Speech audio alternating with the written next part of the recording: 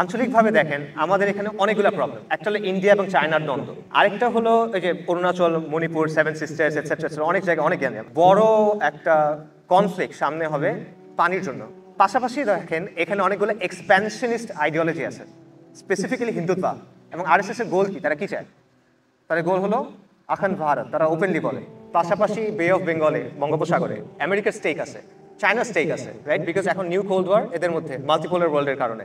একটু চিন্তা করেন যে 20 থেকে 30 বছর পর এই অঞ্চলটার চেহারাটা কেমন হবে, এখানে পাওয়ার ডাইনামিকটা কেমন হবে। আমাদের দেশের অলরেডি একটা বিশাল পরিবর্তন হয়েছে আলহামদুলিল্লাহ, বাট আলটিমেটলি সামনে কি হবে এটা কিন্তু প্রশ্ন করার দরকার আছে।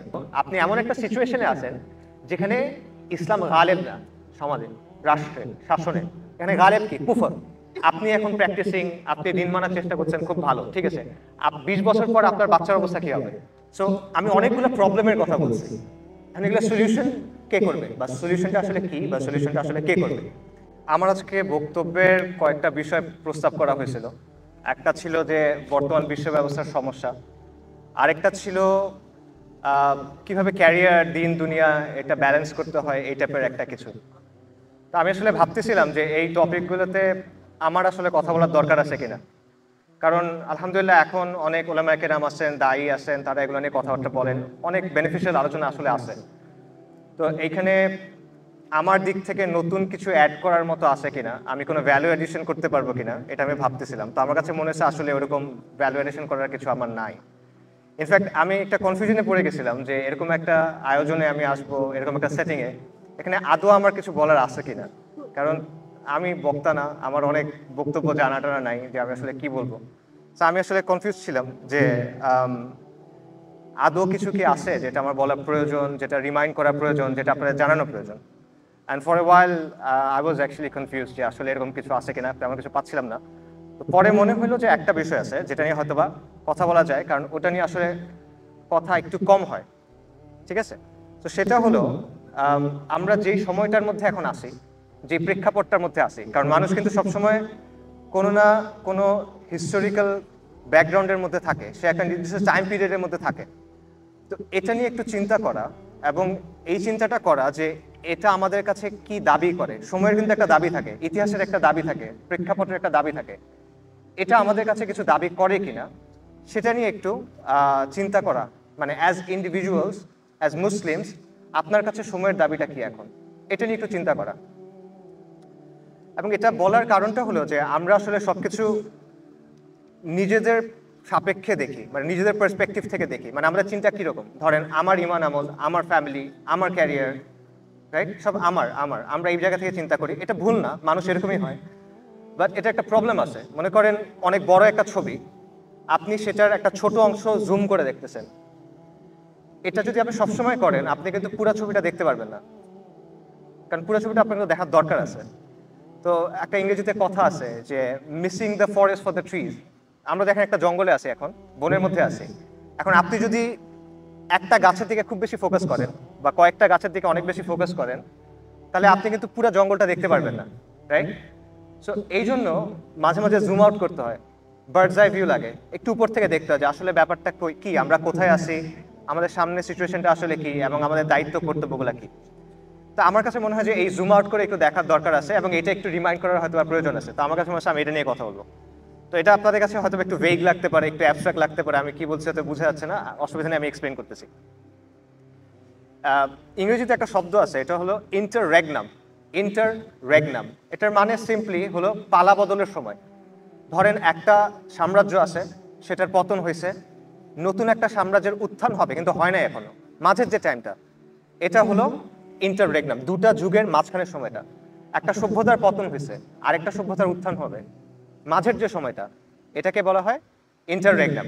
বাংলা এটা একটা ওয়ার্ড আছে, এটা সম্ভবত যুগসন্ধি বলে। একটা এক্সাম্পল দিই, যেমন মনে করেন ইসলামী খিলাফতের যখন উত্থান হয়েছে, তার আগে পৃথিবীতে বড় বড় কয়েকটা সাম্রাজ্য ছিল বা সভ্যতা ছিল। একটা হলো রোমান এম্পায়ার, একটা হলো পার্সিয়ান এম্পায়ার, আপনারা জানেন এটা, কিসরা, খসরু, রাইট? বাট তাদের কিন্তু পতন হয়ে গেছিল, কিন্তু একটা ভ্যাকুয়াম ছিল। এই ভ্যাকুয়ামের মধ্য থেকে তো ইসলামী খিলাফতের যখন উত্থান, ওটা আপনার একটা যুগসন্ধি ধরতে পারেন, কারণ তখন দুটা সভ্যতা ছিল যাদের পতন হয়ে গেছে, কিন্তু নতুন কোনো সভ্যতা ডিরেক্টলি দেখা যাচ্ছিল না। তো আমি মনে করি আমরা এখন একটা যুগসন্ধির মধ্যে আছি, এবং যুগসন্ধি এটা কয়েকটা ক্যারেক্টারিস্টিক্স আছে, বেশ কিছু জিনিস এটা সাথে করে নিয়ে আসে। চারটা বলি। একটা হলো অনিশ্চয়তা, আনসার্টেনটি। একটা হলো ইনস্টেবিলিটি, অস্থিতিশীলতা। আরেকটা হলো অপরচুনিটি, সুযোগ। আরেকটা হলো রেসপন্সিবিলিটি। আবার বলতেছি, দেখেন যখন একটা সিস্টেম ভেঙে যাচ্ছে, নতুন একটা সিস্টেম আসতেছে, তখন কিন্তু একটা ট্রান্সফরমেশনের সময়, এবং এই জন্য এখানে আনসার্টেনটি থাকে। যে ইকোনমিক ব্যবস্থা আগে ছিল, যে রাজনৈতিক ব্যবস্থা আগে ছিল, যে সামাজিক ব্যবস্থা আগে ছিল, সেটা কিন্তু চলে যাবে, নতুন কিছু আসবে। সো এই কারণে ওইখানে আপনি দেখবেন যে একটা আনসার্টেনটি থাকবে, অনিশ্চয়তা থাকবে। একই কারণে সেখানে এক ধরনের অস্থিতিশীলতা থাকবে। যে জিনিসটা ধরেন দশকের পর দশক চলে আসছে, বা ইভেন শতকের পর শতক চলে আসছে, সেটা দেখবেন হঠাৎ করে কাজ করতেছে না, ডিসরাপশন, এই জিনিসটা হবে। পাশাপাশি আপনার জন্য অপরচুনিটি থাকবে, নতুন কোনো দর্শন, নতুন কোনো চিন্তা, নতুন কোনো সভ্যতা, নতুন কোনো সাম্রাজ্য, এটা তৈরি করার বেস্ট সময় হলো যুগসন্ধির সময়। এবং একই কারণে আপনার উপর কি আসবে? রেসপন্সিবিলিটি। অনিশ্চয়তা আছে, আনসার্টেনটি আছে, মানে ক্রাইসিস, তার মানে রেসপন্সিবিলিটি। অপরচুনিটি আছে, তার মানে রেসপন্সিবিলিটি। সো এটা হলো যুগসন্ধির একটা বৈশিষ্ট্য। এবং আমার প্রস্তাবনা বা আমার বক্তব্য হলো যে আন্তর্জাতিকভাবে আমরা একটা যুগসন্ধির মধ্যে আছি, আঞ্চলিকভাবে রিজনালি আমরা যে অঞ্চলে থাকি, উপমহাদেশ, ভারতীয় উপমহাদেশ স্পেসিফিক্যালি, এখানে আমরা একটা যুগসন্ধির মধ্যে আছি, এবং জাতীয়ভাবে যে অঞ্চলে, যে দেশটাতে আমরা আছি, যে জাতির মধ্যে আমরা আছি, এখানেও আমরা একটা ইন্টাররেগনামের মধ্যে আছি, দুটা যুগের মাঝামাঝি সময়ে আছে। তা আমি একটা একটা করে আপনাদের বলার চেষ্টা করি। বর্তমান বিশ্বের দিকে যদি আমরা তাকাই, তাহলে আপনারা দেখবেন যে ওয়ার্ল্ড অর্ডার যেটা, বিশ্ব ব্যবস্থা যেটা, এটার মধ্যে কিন্তু প্রোফাউন্ড পরিবর্তন আসতেছে। ফর এক্সাম্পল কয়েকটা আমি পয়েন্ট বলি। যেমন ধরেন, আপনারা শুনছেন মাল্টিপোলার ওয়ার্ল্ড, নিশ্চয় অনেকে শুনছেন। আগে পৃথিবী ছিল, দ্বিতীয় বিশ্বযুদ্ধের পর পৃথিবীতে দুটো সুপার পাওয়ার ছিল, আমেরিকা এবং সোভিয়েত রাশিয়া, বা সোভিয়েত রাশিয়ার নেতৃত্বে ইস্টার্ন ইউরোপ, আমেরিকার নেতৃত্বে ওয়েস্টার্ন ইউরোপ। বাট 1990-এর দশকে সোভিয়েত রাশিয়ার পতন হইল, স্নায়ুযুদ্ধ শেষ হয়ে গেল। তারপর কি হলো? ওয়ার্ল্ডে একটা সুপার পাওয়ার, ইউএস। এবং লিবারেল ডেমোক্রেসি বা ইউএস এর যে সিস্টেম, ক্যাপিটালিস্ট সিস্টেম, এই জিনিসটাই সবাই গ্রহণ করছে, যে লিবারেল ডেমোক্রেসি লাগবে, আমেরিকা যা বলে সেটাই করতে হবে। তখন কিন্তু পৃথিবীতে দ্বন্দ্ব কম, ওই অর্থে দ্বন্দ্ব কম। তো এটাকে বলা হয় ইউনিপোলার মোমেন্ট, যে পৃথিবীতে তখন একটাই কেন্দ্র আছে, ইউএস।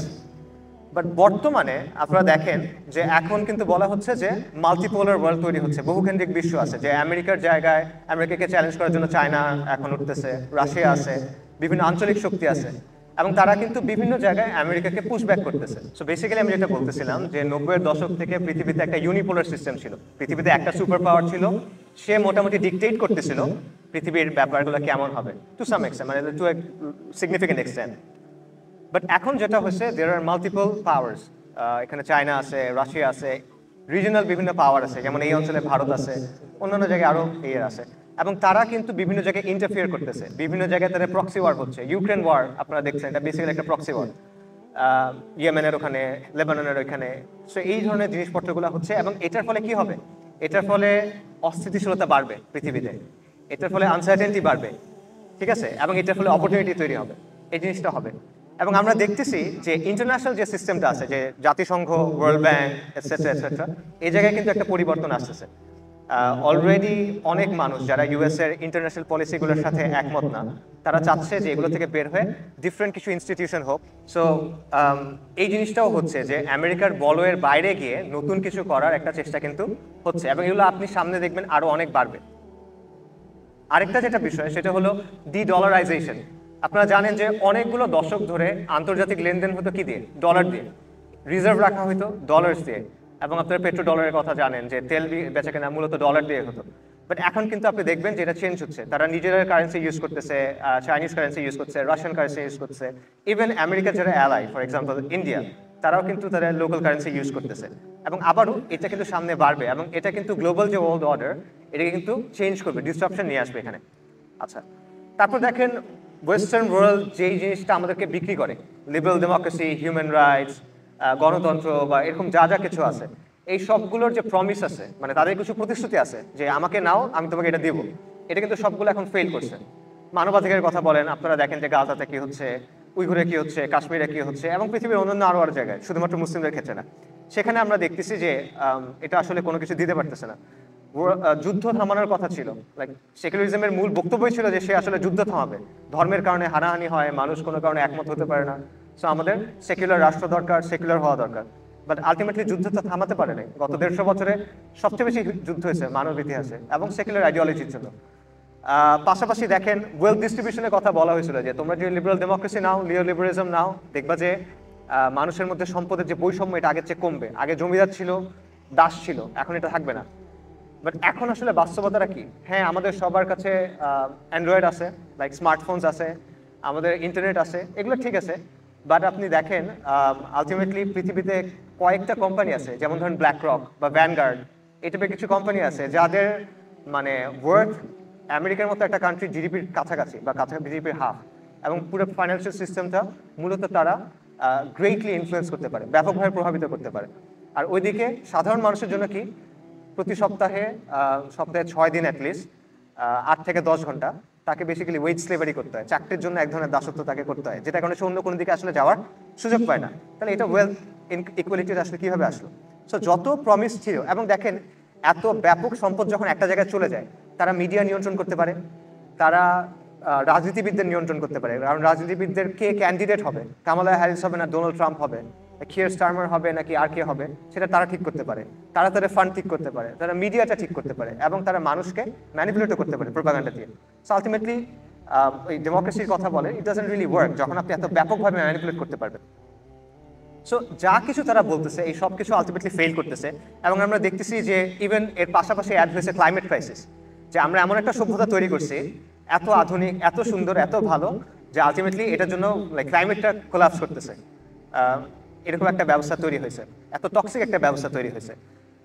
পাশাপাশি মানে ভ্যালিউজের কথা চিন্তা করেন, এলজিবিটির কথা চিন্তা করেন, করোনার সময় চিন্তা করেন যে আমেরিকাতে সবচেয়ে বেশি মানুষ মারা গেছে ওল্ড হোমে, মানে বাবা মা যারা বৃদ্ধ, সন্তানরা বাইরে আছে, বৃদ্ধ বাবা মা একা একা মরে বসে আছে, এরকম একটা অবস্থা, লাইক সোসাইটি কোলাপস করতেছে। সো এই পুরো জিনিসটা আসলে ইন্টারন্যাশনাল যে সিস্টেমটা, এটা আসলে কোলাপস করতেছে, এবং এটা তারা বুঝতেছে। আমাদের দেশে তো আমরা আসলে ওয়েস্টকে ফলো করি, এবং আমরা একটু ল্যাগ দিয়ে ফলো করি। সো ওয়েস্টে যেটা মনে করেন আজকে থেকে 5 বছর 10 বছর আগে ট্রেন্ডি থাকে, ওটা আমাদের কাছে এখন এসে ট্রেন্ডি হয়। সো ওয়েস্টে এটা বলা হচ্ছে, কয়েকদিন পর হয়তো 5 বছর 6 বছর পর দেখবেন বাংলাদেশে এই কথাগুলো বলা হবে। ইভেন অনেক গবেষক, হিস্টোরিয়ান, পিটার টার্চিন একজন গবেষক আছে, আপনারা দেখতে পারেন, উনি কয়েক শতাব্দীর ডেটা নিয়ে ওনারা কিছু মডেল তৈরি করছেন, এবং সেই মডেল তাদেরকে বলতেছে যে ওয়েস্টে বড় ধরনের একটা যুদ্ধ হবে, এবং এই আমেরিকান এম্পায়ার যেটা এটা কোল্যাপস করবে। এটা তাদের মডেলের কথা, আমেরিকার সিভিল ওয়ার হতে পারে, এটসেট্রা এটসেট্রা। আমি বলতেছি না যেগুলো হবে, আমি বলছি যে ওভারঅল তাদের যে সিভিলাইজেশনের অবস্থাটা, এটা কোল্যাপসের মধ্যে আছে। ইন্টাররেগনাম যেটা আমি বলছিলাম, যেটা কোল্যাপস করবে, অ্যান্ড এখানে অবশ্যই নতুন কিছু আসতে হবে। আচ্ছা, এটা হলো ইন্টারন্যাশনাল। আমি আঞ্চলিকটা বলি। আঞ্চলিকভাবে দেখেন আমাদের এখানে অনেকগুলো প্রবলেম। একটা হলো ইন্ডিয়া এবং চায়নার দ্বন্দ্ব, এটা আপনারা জানেন সবাই। আরেকটা হলো এই যে অরুণাচল, মণিপুর, 7 সিস্টার্স এটসেট্রা, অনেক জায়গায় অনেক জ্ঞান। আচ্ছা, আরেকটা দেখেন পানি নিয়ে সমস্যা। দেখেন এই বন্যার সময় এগুলো কিছু কিছু আলোচিত হয়েছে। এইখানে যতগুলো নদী আছে, এই নদীগুলোর উপর কিন্তু সবাই ডিপেন্ড করে, শুধুমাত্র ইন্ডিয়া বা বাংলাদেশ না, ইভেন পাকিস্তান, ইভেন আরও অন্যান্য সাইডে। এগুলো সবগুলোর উৎস হলো ইন্ডিয়াতে পড়ছে। ইন্ডিয়া যেটা করতেছে, নদীগুলোর গতিপথ সে নিয়ন্ত্রণ করতেছে, এবং এটা ইন্টারন্যাশনাল আইনের বিরোধী এটসেট্রা এটসেট্রা, বাট এগুলো আসলে কেউ ফলো করতেছে না। তো এটা একটা বড় সমস্যা আসলে। কেন বড় সমস্যা? কারণ মানে পানি এবং মাটি এবং মানুষ, এই তিনটাকে আমরা তেমন একটা গুরুত্ব দিই না, কারণ সামনে অনেক আছে, বাট এগুলো আসলে সবচেয়ে ইম্পর্টেন্ট রিসোর্স। মানে যুগে যুগে সবচেয়ে বড় বড় যুদ্ধ এগুলোর জন্য হয়, জমির জন্য, পানির জন্য, মাটির জন্য, মানুষের জন্য।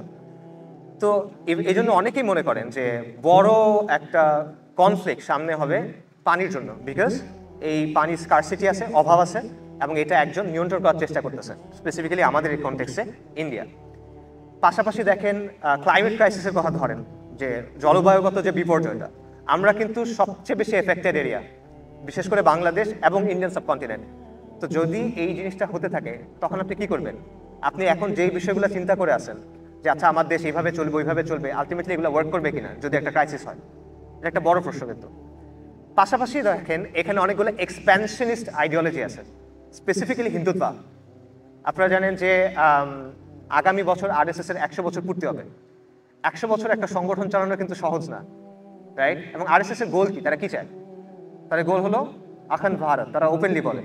তারা আখান্ড ভারত চায়, পুরা ইন্ডিয়ান সাবকন্টিনেন্ট, ইভেন আফগানিস্তানের কিছু অংশ, ইভেন মিয়ানমারের কিছু অংশ, পারলে আরো ওইদিকে তারা চায় এটা পুরাটা একটা রাষ্ট্র হবে, হিন্দুত্ববাদী রাষ্ট্র হবে।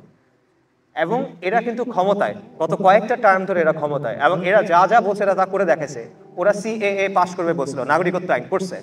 ওরা বলছে অযোধ্যাতে মন্দির বানাবে, করছে। ওরা বলছে কাশ্মীরের স্পেশাল স্ট্যাটাস বাতিল করবে, সব করছে। ওরা আসামের নাগরিকত্বের একটা ইস্যু ছিল, করতেছে কিন্তু। সো এখন আপনি মনে করতে পারেন যে হ্যাঁ এগুলা কিছু হবে না, it doesn't really matter, but এটা আসলে ইস্যু না। ওরা এটা সিরিয়াসলি নেয়, এটা হলো ইস্যু। আপনার কাছে মনে হতে পারে হ্যাঁ আলটিমেটলি এটা হবে না, সমস্যা নেই, সে এটা সিরিয়াসলি মনে করে এবং তার সামর্থ্য আছে, সে এটা বাস্তবায়ন করার চেষ্টা করবে, এটা হলো ইস্যুটা। তো এটা আছে। ইভেন আরএসএস এর যে প্রধান মোহন ভাগবত, তার একটা বক্তব্য আছে। সে বলছে যে 2025-এর মধ্যে অখণ্ড ভারত প্রতিষ্ঠা হয়ে যাবে। সে বলছে আমাদের একটা গাড়ি আছে, এই গাড়ি আমরা ছেড়ে দিছি, গাড়িতে কোনো ব্রেক নাই, এটা গন্তব্যে পৌঁছা যাবে। গন্তব্য হলো অখণ্ড ভারত 2025-এর মধ্যে। আবারও আপনার কাছে মনে হতে পারে যে এটা আনরিয়েলিস্টিক, ফাইন, সে এটা রিয়েলিস্টিক মনে করে এবং সে কেয়ার করে enough to do to take decisions about it, to take steps about ইট।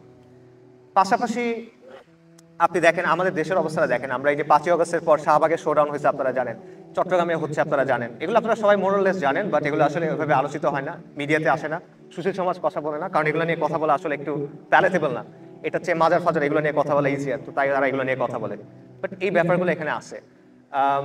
আপনারা আরাকানের অবস্থা দেখেন, বা ইভেন ওই পুরো মায়ানমারের সাইডটা দেখেন, ওটা কিন্তু এখন আনস্টেবল, এবং সেখানে মাল্টিপল আর্মড গ্রুপস আছে যাদের বিভিন্ন ধরনের অ্যাম্বিশনস আছে। তারা যে ওইখানেই লিমিটেড থাকবে এটা কিন্তু না, ঠিক আছে।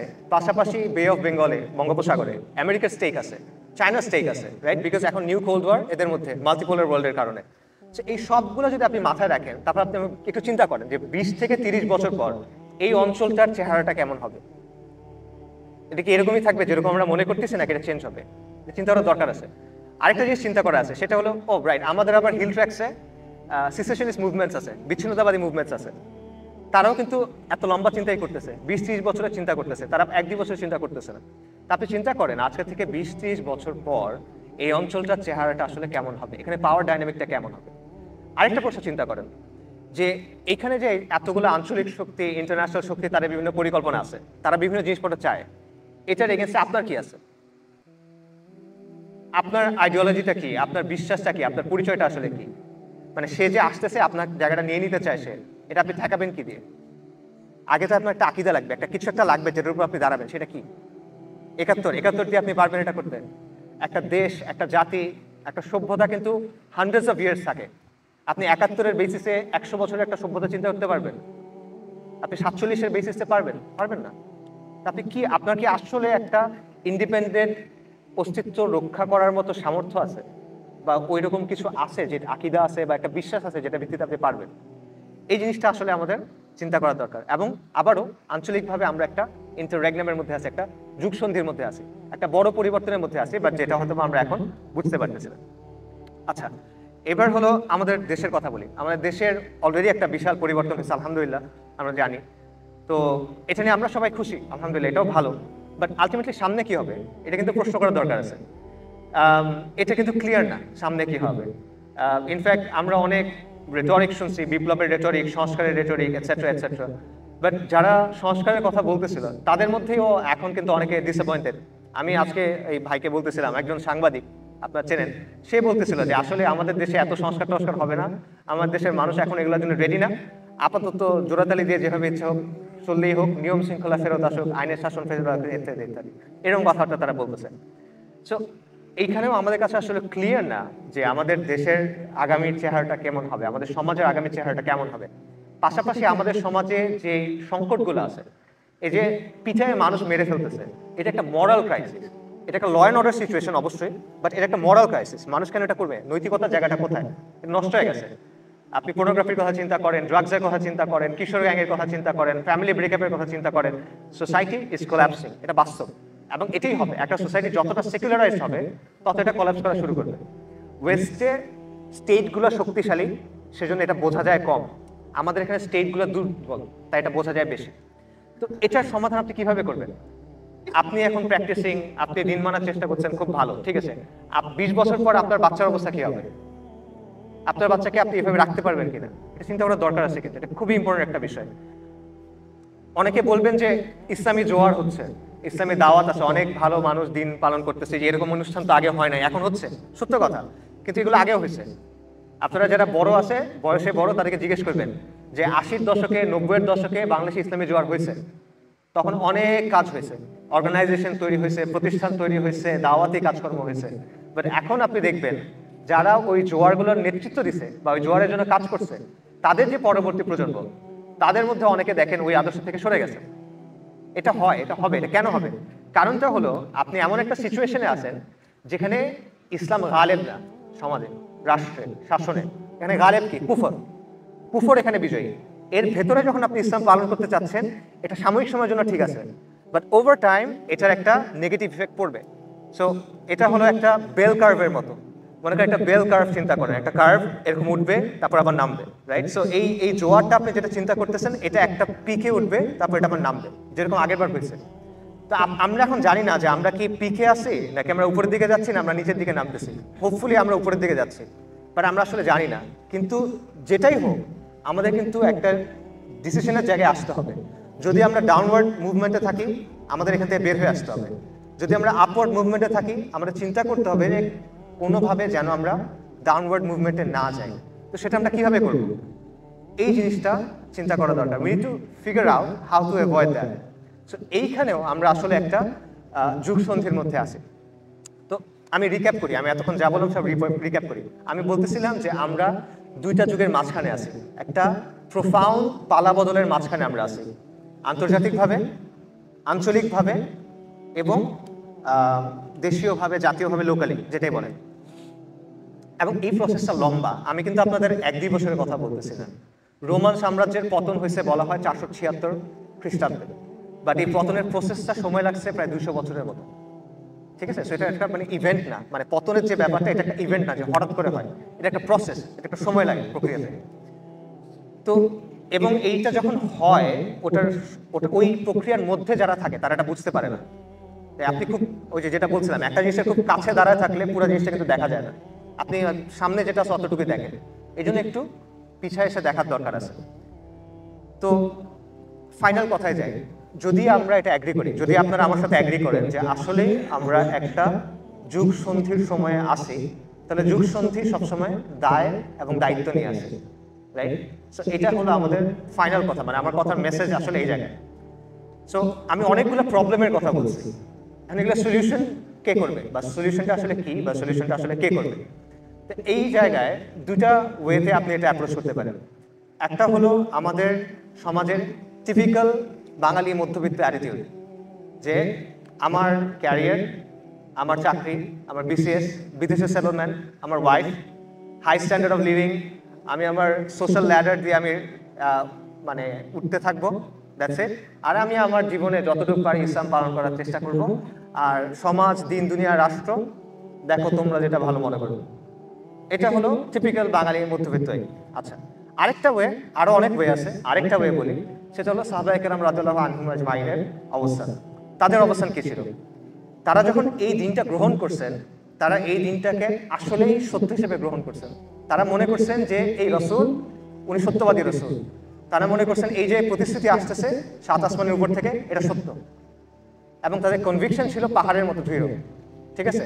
তাদের আসলে তেমন কিছু ছিল না। আপনারা জানেন, হিস্ট্রি পড়ে দেখেন, সাহাবায়ে কেরাম, আরব আসলে লিটারালি কিচ্ছুই ছিল না ওই সময়, কিন্তু তাদের কনভিকশন ছিল। এই কারণে তারা দুনিয়া জয় করতে বের হন নাই, তারা ইমানের দাবি থেকে বের হয়েছেন, তারা আল্লাহর আদেশ অনুযায়ী বের হয়েছেন, কিন্তু আল্লাহ তাদেরকে দুনিয়াটা দিচ্ছেন।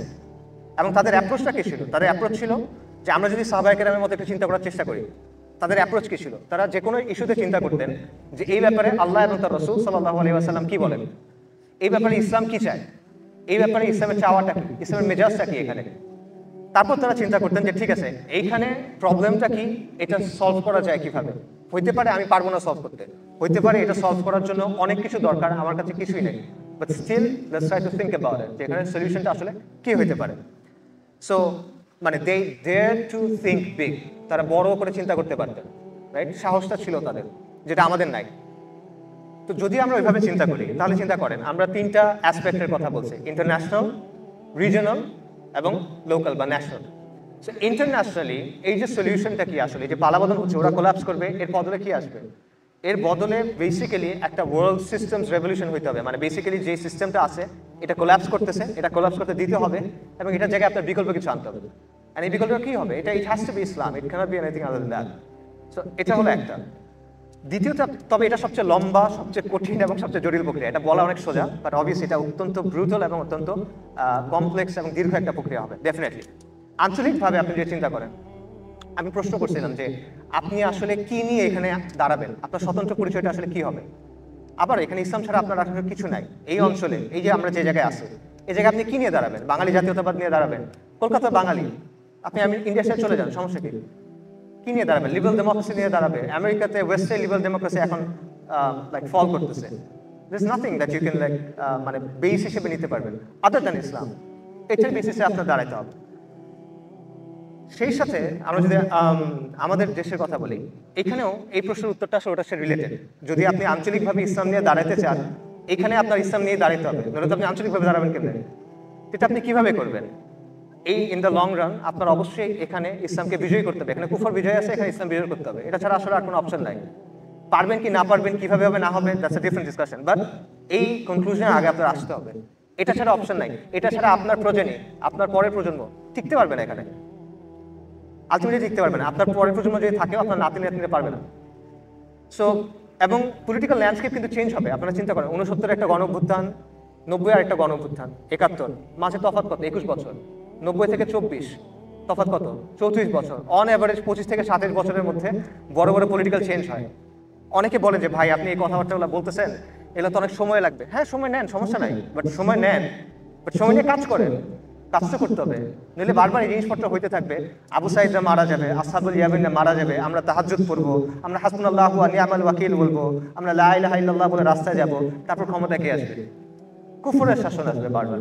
আরো 10টা গণ অভ্যুত্থান হলেও কিছু যায় আসবে না, সেম জিনিস পুনরাবৃত্তি হবে। Until and unless we decide যে না, এখানে আসলে দিনটাকে বিজয়ী করতে হবে, এটা ছাড়া আর কোনো অপশন নাই। এবং পরিবর্তন যে সম্ভব, এটা আল্লাহ রাব্বুল আলামিন আপনার চোখের সামনে আপনাকে দেখেছেন। আপনি এখন আর কিছু বড় সুযোগ নেই, আপনার লিটলি আপনার চোখের সামনে দেখছেন। এবং আমি যেটা বললাম, আপনারা সামনে আরো দেখবেন, কারণ ইন্টাররেগনাম আপনার জন্য ওই ব্যাপারগুলো নিয়ে আসবে, আনসার্টেনটি, ইনস্টেবিলিটি এবং অপরচুনিটি। বাট আপনার রেসপন্সিবিলিটি হলো কাজে লাগানো। ঠিক আছে? তো যাই হোক, আমি শেষ করি, সময় শেষ হয়ে গেছে। আমি 2 মিনিট নেই। এখানে আলোচনা আমি দুইভাবে করতে পারতাম। একটা অপশন হলো যে আপনারা ব্যক্তিগত জীবনে কিভাবে প্রপারলি আরো ইসলাম পালন করতে পারবেন, এটা ভালো আলোচনা, এটা খুব দরকারি আলোচনা। আরেকটা আলোচনা হলো যে আপনি কিভাবে পারিপার্শ্বিকতাকে বদলাতে পারবেন, কারণ পারিপার্শ্বিকতাকে যদি আপনি না বদলান, আলটিমেটলি আপনি যত চেষ্টাই করেন, আপনি আসলে দিনের উপর খুব বেশি থাকতে পারবেন। এটা আমি অনেস্টলি মনে করি, লাইক ইল্লা মাশা আল্লাহ, বাট আলটিমেটলি এটা পুরো সমাজের জন্য কখনো সলিউশন হবে না। কুফরের মধ্যে থেকে এটা আসলে হয় না। সাহাবাদেরও কিন্তু হিজরত করে চলে যেতে হয়েছে একটা জায়গায়। সাহাবাদের যে ইমান আপনার বেশি স্ট্রং না। ঠিক আছে? এটা আমাদের মাথায় রাখা দরকার। সো এখন এখানে অনেক প্রশ্ন আছে আপনাদের, যে আমি এগুলো বললাম যে ভাই ঠিক আছে কেমনে, আপনি এই তো বলছেন সোজা। হ্যাঁ ঠিক আছে, আসলে অনেক আলোচনা আছে যেটা কিভাবে হবে না হবে এটসেট্রা, বাট যে কোনো আলোচনা শুরু আসলে করতে হয় ওয়াই দিয়ে, হোয়াট এবং ওয়াই দিয়ে, যে আমি কি করব, কেন করব, এটা আপনার কাছে ক্লিয়ার থাকতে হয়। এটাতে আপনি অ্যাগ্রি করতে হবে, এটাতে আপনার একমত হইতে হবে যে ঠিক আছে আমাদের এটা করা দরকার, এই জন্য এটা করা দরকার। এটা যদি আপনি অ্যাগ্রি করতে পারেন, তারপর আপনি হাউ এর আলোচনায় যাবেন, তারপর আপনি ডিটেল বুঝতে পারবেন, তারপর আপনি সিরিয়াসলি ওখানে যেতে পারবেন। বাট যদি এটাতে আপনি একমত না হন, তাহলে কিন্তু আপনি ওখানে যেতে পারবেন না। আপনি কনফিউশনের মধ্যে থাকবেন, একবার এদিকে যাবেন, একবার ওদিকে যাবেন, একবার মনে হবে এটা করি, আরেকবার মনে হবে ওটা করি। এবং ইনফরমেশন যেটা পাবেন ওটা কোথায় রাখবেন এটা আপনি বুঝবেন না। ইনফরমেশন কিন্তু একটা ফ্রেমওয়ার্কের ভেতরে ফেলতে হয়। আপনারা অঙ্ক করছেন, ম্যাথে কিন্তু একটা ফর্মুলার মধ্যে ইনফরমেশন রাখতে হয়, নইলে ইনফরমেশনের মূল্য নাই।